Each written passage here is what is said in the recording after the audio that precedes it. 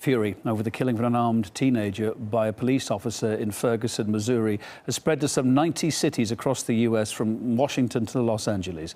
Demonstrators all over the country demanded that security forces be held accountable for their actions. New York was shaken by one of the largest rallies as thousands blocked Times Square. Despite the demonstrations remaining largely peaceful, police made several arrests. In Ferguson itself, people defied police warnings and gathered for a fifth night. RT's Anastasia Churkina is there.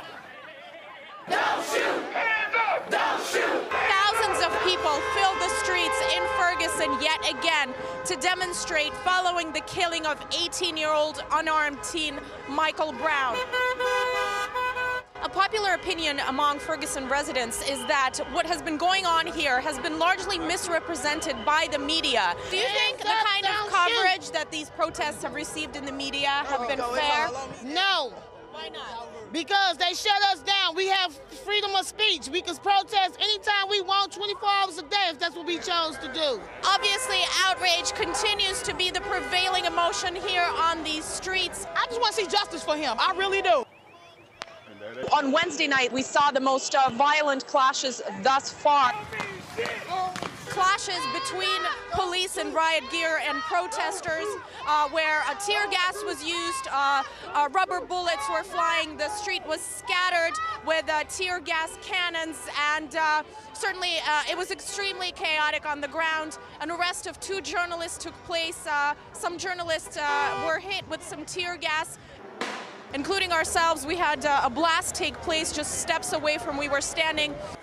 For now, political statements about accountability, justice, and an independent investigation remain just words and not deeds. This community intends to keep coming out onto the streets until those promises become reality.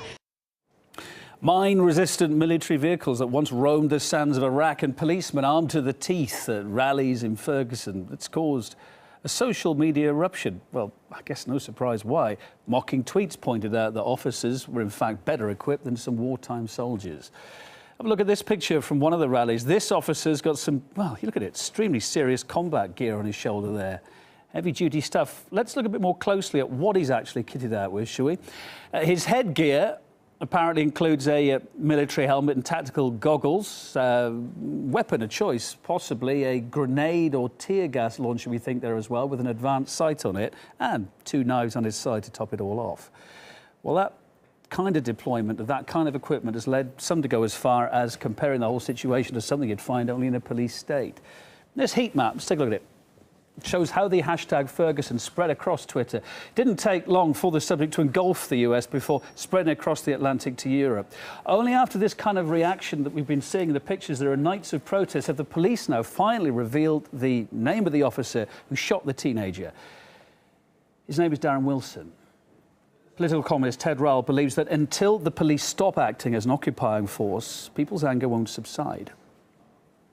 It's not the first time this has happened. This is a situation that repeats itself in all sorts of African-American communities across the United States that are policed as though they were occupied territory by highly militarized, I would say U.S. troops, but local police who are equipped as though they were occupying Afghanistan or Iraq.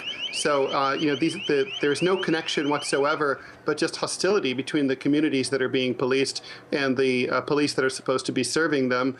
That's the big issue. That's the big problem. And I don't see how the president, in his investigation over this one incident, would be able to make much headway there.